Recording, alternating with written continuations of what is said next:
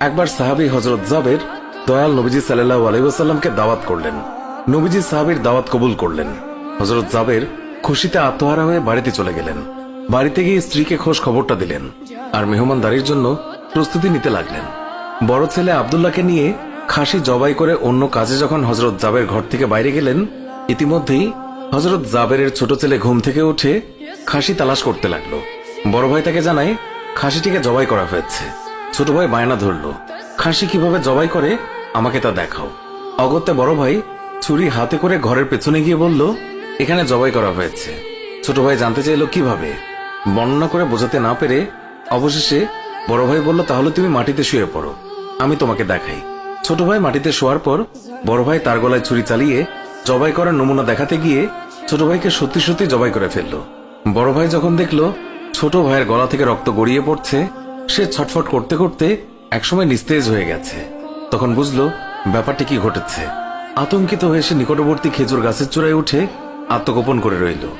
এদিকে হযরত জাবের পুত্রদের খোঁজে বাড়ির পেছনে এসে ছোট ছেলের অবস্থা দেখে থমকে গেলেন। অতঃপর তাকে বুকে করে স্ত্রীর কাছে গিয়ে বললেন, তাড়াতাড়ি একটি কম্বল নিয়ে এসো, বাচ্চাটিকে শুইয়ে দিই। স্ত্রী রক্তমাখা সন্তানের লাশ দেখে চিৎকার করে কাঁদতে লাগলেন। কিন্তু স্বামী হযরত জাবের তাকে সান্ত্বনা দিয়ে বললেন, আজ আমাদের শোক প্রকাশ করার দিন নয়, আজ দুঃখ দেখলে নবীজিও দুঃখিত হবেন। অতএব ধৈর্য ধারণ করো, কষ্ট করে হলেও মুখে হাসি ফুটিয়ে তোলো। তারপর তারা দুজনে মিলে ছোট ছেলেকে কম্বলে মুড়ে রান্নাঘরের পেছনে রেখে আসলেন। স্ত্রী রান্নার কাজে মন দিলেন। হযরত জাবের বের হলেন বড় পুত্র আব্দুল্লাহর খোঁজে। বাড়ির পেছনে গিয়ে ছেলের নাম ধরে জোরে ডাক দিলেন। গাছের উপর আত্মগোপন করে বড় ছেলে সব ঘটনা প্রত্যক্ষ করছিল আর ভয়ে কাঁপছিল। পিতার ডাক শুনে ভাবল, এখন পালাতে না পারলে আব্বার হাতে ধরা পড়তে হবে। ধরা পড়লে আর রক্ষা থাকবে না। পালানোর উদ্দেশ্যে গাছ থেকে লাফিয়ে পড়ে আঘাতপ্রাপ্ত হয়ে সেও মৃত্যুর কোলে ঢলে পড়ল। পিতা কাছে গিয়ে দেখেন আব্দুল্লাহর দেহে প্রাণের স্পন্দন নেই। বড় ছেলেকে কোলে তুলে তিনি বাড়ির ভেতরে আসলেন। স্ত্রীকে বললেন আরেকটি কম্বল নিয়ে আসার জন্য। বড় ছেলের এই অবস্থা দেখে দরদিমা পুনরায় আর্তনাদ করে উঠলেন। স্বামী তাকে পুনরায় সান্ত্বনা দিয়ে বললেন, ধৈর্য ধরো, আজ আমাদের দুঃখ প্রকাশের দিন নয়, আজ আমাদের পরম আনন্দের দিন। দয়াল নবীজি অল্প কিছুক্ষণের মধ্যেই আমাদের ঘরে তাশরিফ রাখবেন।